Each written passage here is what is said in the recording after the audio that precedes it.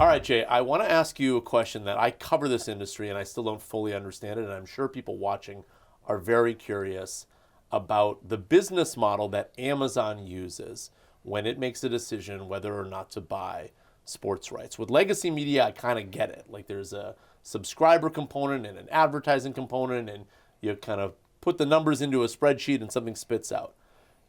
Let's say I was working at Amazon Sports, can you explain to me the math behind how you figure out how much to bid on a given sport? Yeah. Well, first of all, it's important to step back. So everything we do, we start with the customer and work backwards. And for us, it all starts with Prime. So we sit around, not just in the sports group, but across the company and say, how can we make Prime better for Prime members? How can we make it more valuable? What would add value to that Prime membership? Because we want it to be the most valuable membership program in the world. And so what we have found is live sports can uniquely do that. You know, sports fans, and I know you're one of them and I'm one of them, sports are uniquely valuable because they're non-substitutable, they're part of our passion, they change whether you have a good day or bad day. So they're an important part of people's lives. And so what we have found is that Prime members have responded incredibly well to us adding live sports to our membership program. So now, in terms of how we evaluate those, what you really see us doing is going after the top tier 1 primary sports in every country we operate in. Because why? Because they can move the needle. So importantly, for something to invest at Amazon, it has to be big enough to move the needle, be important enough to enough Prime members to care about. And then second question we always ask is, can we do it better? Is there an opportunity to innovate? Can we make the experience and the broadcast experience better for fans? And in live sports, as we look at this transition from a traditional broadcast to a streaming broadcast where we know the consumer, we know who's watching, there's no shelf space, you know, we don't have limited channels, so we can do alternative streams. So, and we're just getting started. You're seeing a lot of that innovation on Thursday Night Football, but we are just getting started. So those are really the two criterias of, can it add value to Prime? And do we think we can do a great job and innovate and move the ball forward for fans and that overall viewing experience? Because it strikes me that there've got to be a few more elements than that, right? There's an advertising component. There's a commerce component. Yeah. Like, are you getting sort of in the weeds on these things? Is there an Excel spreadsheet that exists somewhere that says, we think the NBA is going to lead to X amount of dollars purchased? Yeah. So let me get back to your math question, which I know you wanted to get at, is the way you have to think about it is live sports. First of all, we've been at this for a while, 9-10 years. We started in Europe with Premier League and then Champions League. So we've learned a lot over this time as well as technically. On the business side, what we see with live sports is it brings new Prime members in, okay? So that's acquisition. But what we also see is the existing base is getting more value out of their membership. They're watching, they care about it, they know there's another season of Thursday Night Football coming, or in Europe, another season of Champions League. Churn. Higher retention is what I would say, but both sides of that coin, right? So they're retaining their membership at a higher rate.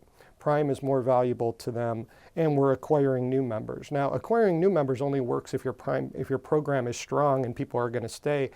We have a lot of confidence in the value we're putting on in Prime, so when we acquire new Prime members and they learn the rest of the Prime offerings, fast one-day shipping, Prime Music, and then the rest of Prime Video with our originals, what we find is they stay.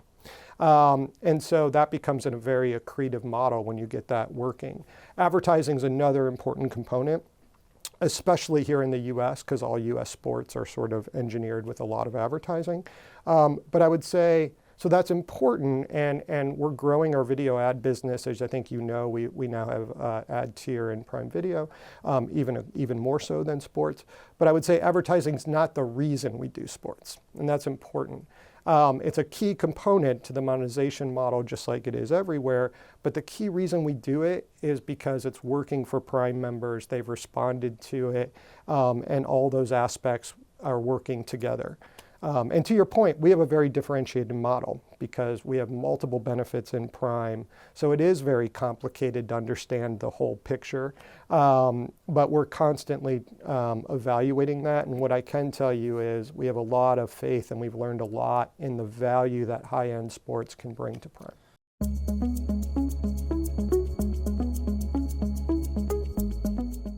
Does that lead you to suspect that when the NFL rights come up again, even if it's 5 years from now or whatever it may be, that you may think about sort of leveling up again, maybe moving on from Thursday and competing for one of the Sunday packages or Monday night?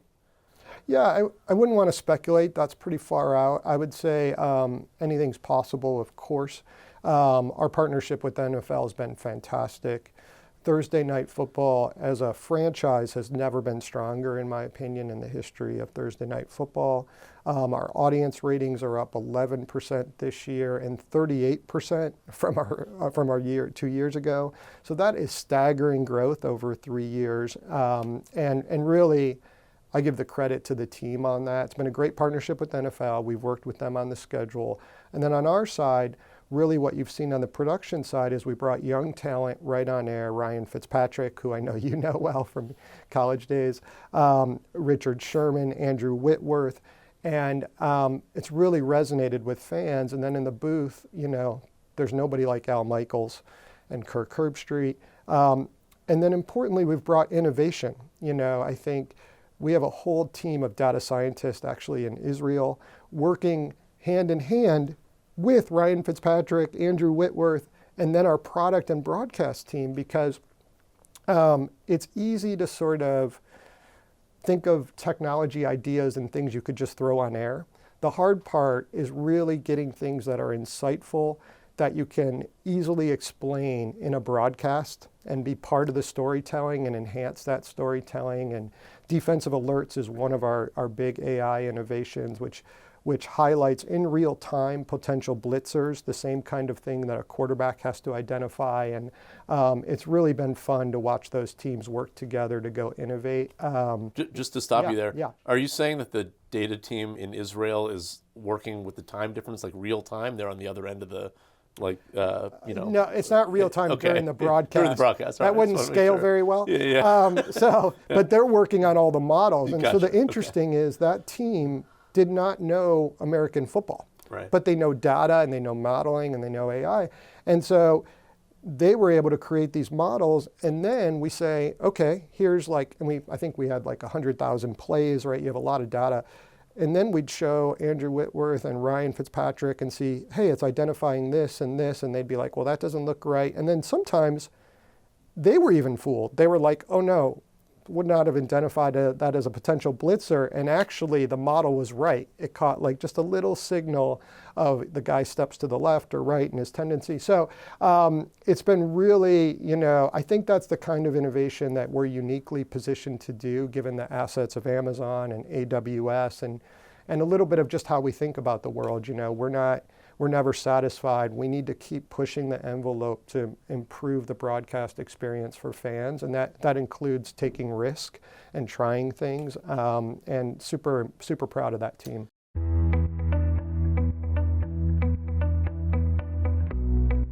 You guys have a playoff game, Yeah. Speaking of the NFL. It's the first time that Amazon has had a playoff game. Yep.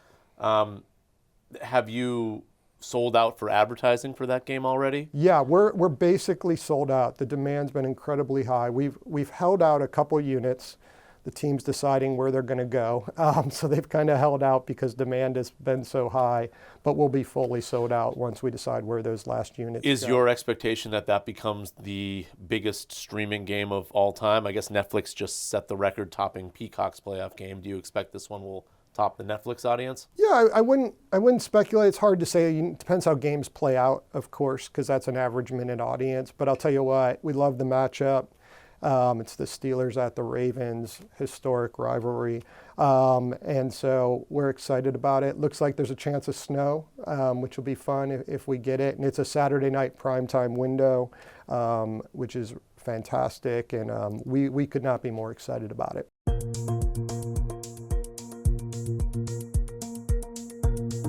You talked about the innovation on the NFL side. Yeah. You're now going to become the NBA's primary global streaming partner starting next year. Yeah. How are you thinking about those games from an innovation standpoint? In other words, if I'm going to tune in to a prime NBA game, how will that look and feel different from what we've seen before? Yeah, stay tuned. We're working hard on that. Again, we're taking that same customer-centric model and the team has lots of ideas, and we're kind of in that phase of invention right now. So what exactly it'll be and what you'll see is sort of too early, but we'll take that exact same mindset. And we'll take the same mindset we took to the broadcast team in terms of bringing new talent on air. And you'll see today that we're announcing Blake Griffin, Dirk Nowitzki, Taylor Rooks will be on the program. This will be the studio show. This is the studio show, and we're incredibly excited about it. What was your pitch to Adam Silver when Yeah. you guys won the rights? Well, first of all, I have so much respect for Adam and the NBA, like what they've done in terms of growing the league, a much, very young fan base, a global fan base.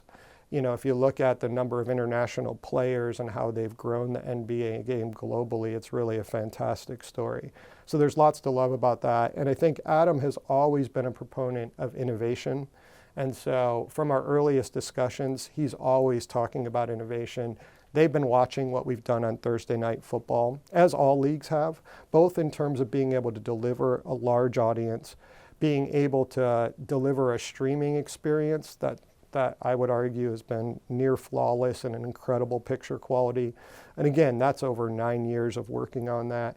And then the last piece, I think, is if you're a league commissioner, Adam, and you think about the next decade, right? This is an 11-year deal with the NBA. And you think about the next decade, well, you say, who's the company who's going to be there, who's going to invest side by side to continue to grow this league? And where are future viewers going to be watching?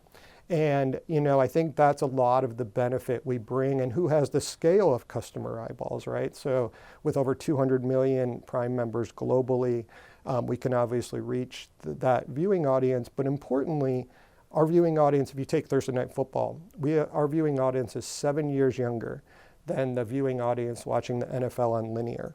So again, if you want to go to where the future is and you're going to commit to a long-term partner, you want to know that that partner is going to be where customers are, and that partner's ready to invest side by side to go innovate the viewing experience. And I know that was very important for Adam. There has been some recent discussion about a ratings drop for the NBA. Some of that has kind of flattened out in recent days, but are you at all concerned about that, or about sort of the game itself and perhaps audiences shying away or starting to tune out because there's too many three-pointers or other aspects of the game? No, I'm not. I think, what lots of leagues go through these ups and downs, and of course there's a lot of reaction, What I would say is we're in this for the long run, right? This is an 11-year deal, and I am honestly not even thinking about year one. I'm thinking about what our broadcast and what our viewership's going to be in year 5, year 7, year 10, as we build a long-term franchise and become known with fans for the NBA on Prime. And if we do our job and do it right, I feel great about that future. And I also just know the way Adam and team thinks about it, and they're very fan-focused. They're very innovative. And will the game evolve? Of course it will. It's always evolved, So I don't see that changing. And I think, many leagues would wish they had the younger viewership and the global audience that the NBA does.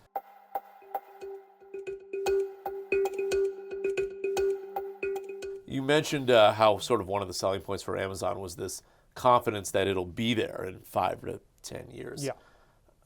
Do you think that we are on a path where ultimately 5 to 10 years down the road, the major sports rights will be owned by the largest tech companies and the legacy guys will kind of die out through attrition?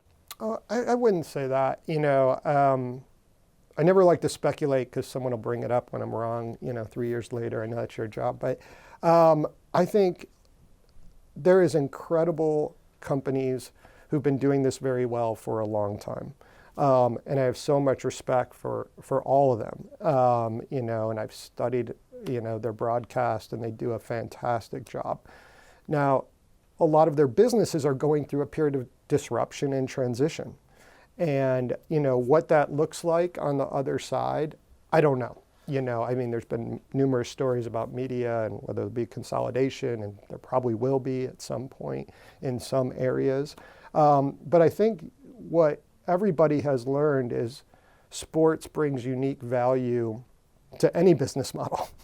And whether it's the traditional linear business or cable business, which obviously was a fantastic business model, or in streaming, where it provides incredible value. So I would not assume that those players are going away myself. But how it all plays out, we'll just have to, One wait and little see. piece of news we saw this week was the deal between Hulu with live TV and Fubo, which will usher in the eventual launch, we assume, of Venue. What are your thoughts on Venue? What are your thoughts? Oh, is Amazon potentially interested in joining up with Venue down the road?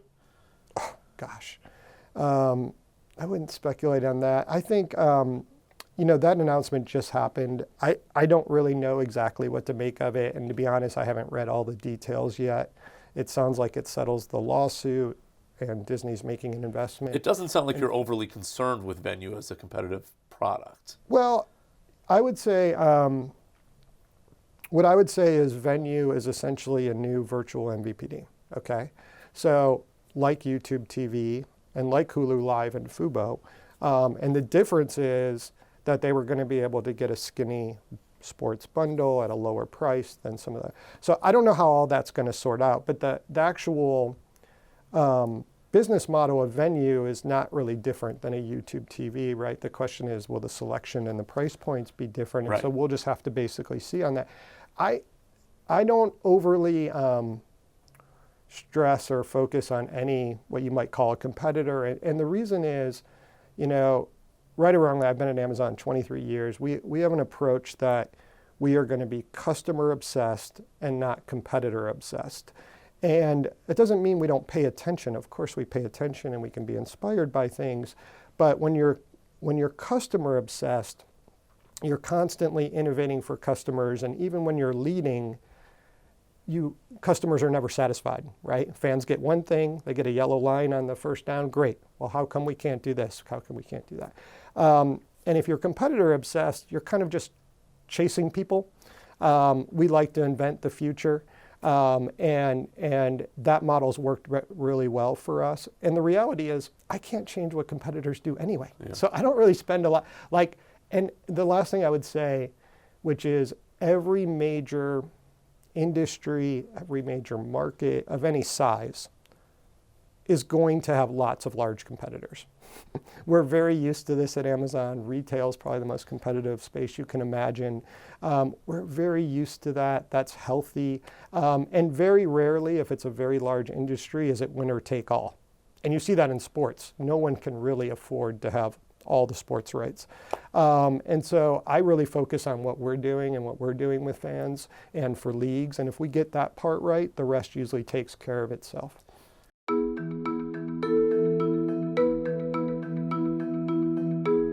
You guys struck a deal with Diamond Sports, or the artist formerly known as Diamond, where Amazon Prime will serve as a streaming alternative and will air the games that have been on Diamond. You also have a long existing deal with the Yankees where you actually have exclusive games. Where do you see, or where do you want to see Amazon play in the evolution of regional sports?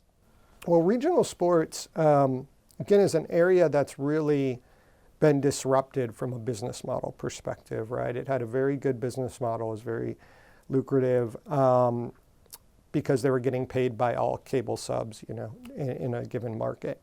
Now that's starting to change. And I think the reality is as things move over the top to streaming, customers are going to have more choice.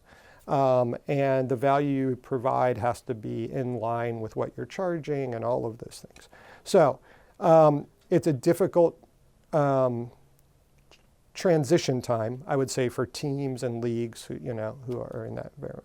We believe Amazon, in my view, can be a great solution and help to teams and leagues making that transition. So why do I say that? So going forward, teams are, again, you need to find your new audience. Like I have 3 teenage daughters. They don't know what a TV guide is. They don't care. I could try to explain to them. They won't care. They won't listen. And that's not going away. So if you're a league and team, you need to be where new consumers are going to be.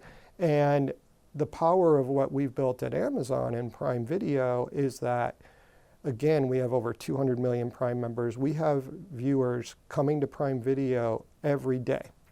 And so we're pretty good at selling things. So you can imagine a local subscription, which is what we're going to do with the Diamond Sports, for example. So if it's Diamond Sports Detroit, and I live in Detroit, I don't have to go download the Diamond app and put in a password. Instead, I just go onto Prime Video. I'm already logged on. One click, I can get my Detroit sports teams. So I think we can really help because we've built the technology and the structure to stream live sports and the innovation that we get to spread across globally, right? So we get to put a lot against that. And then the customer acquisition is so much higher because we already have customers coming into our app and the friction is so low. You don't have to put in a new payment. You don't have to create a new account. So if you're an entity looking to try to find that next wave of consumers as you're making the transition to digital, I know we can be very helpful for that. The last thing I would say is local sports are incredibly valuable. Like I grew up in Detroit. I know how much I follow and care about my Detroit teams. So there is a local fandom that's really, so the business model challenges are real, but it doesn't change the fact that there is passionate local sports. And again, it comes back to if you have a product customers care about and it's important to their lives, that can add a lot of value. And the question is, how do these leagues and teams make that business model transition as they balance linear distribution, which is getting more limited because of RSN reach going down, with trying to grow their digital at the same time. And that's the part I think we could really help So with. it sounds like you want Amazon's role to be more partner than sort of conqueror. Yeah. Yeah. Yeah. I don't like to use that word. Sure, okay.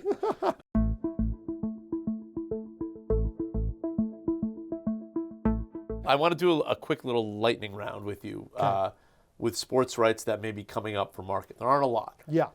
ESPN may opt out of its deal with Major League Baseball. Would you be interested in doing something there if that happens? We look at everything. I think it's only responsible to look at everything. I think MLB has done a great job. They've really made some innovations in the game to speed up the game, and that's really seemed to have worked. They had a fantastic World Series. So I have a lot of respect for what they've done, and we would look seriously at that for sure. UFC? Yeah. USC for sure. What Dana and that team have, that's an incredible success story. They've grown that into just an incredibly valuable franchise, incredibly passionate fan base. I have huge respect for them over there. And if that comes to market, I think they're in an exclusive window right now. We'd be very interested in taking a look, as I expect every broadcaster would. Do you expect to do another deal for the Canadian NHL rights? I know you have sort of a sub-license deal right now for Monday games. Yeah, we would love to continue that partnership. It's very early. It's year 1 today, but that's a perfect example. It doesn't get bigger than NHL in Canada. Yeah. And Gary Bettman and team are fantastic, and we're really early in that process because we're just in year 1. But I would envision that as a long-term relationship, and I'm very hopeful that would be the case.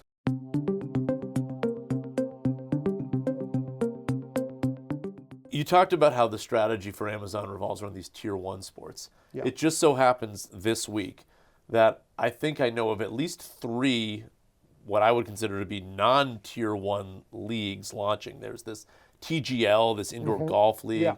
There's Unrivaled, this sort of new women's basketball league. There's a pro volleyball league. I'm just curious your sense of the likelihood of success of these emergent sports when, you know, everyone's time is sort of already limited. Yeah. Everyone understands that starting a new league is challenging, right? Just like starting any new venture is challenging. However, if there's passion, you know, you could, you know, if you go back, I don't know how many years now and say, you know, okay, there's this thing called UFC starting, right? Was that going to work? No, yeah, right? Yeah. So, you know, I would never so I'm very encouraged. You always want to see that innovation and people taking chance. And I think some of those examples you mentioned are very interesting.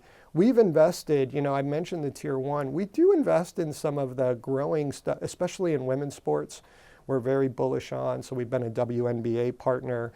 And then with our new NBA, WNBA agreement, that's extended to 11 years now and even more playoff inventory. And the growth in the WNBA is just a fantastic story.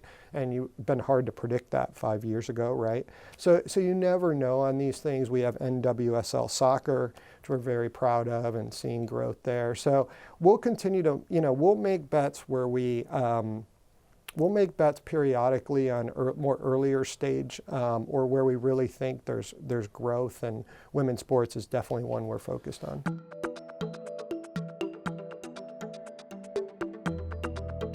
Last topic I want to touch on is Netflix. Yeah.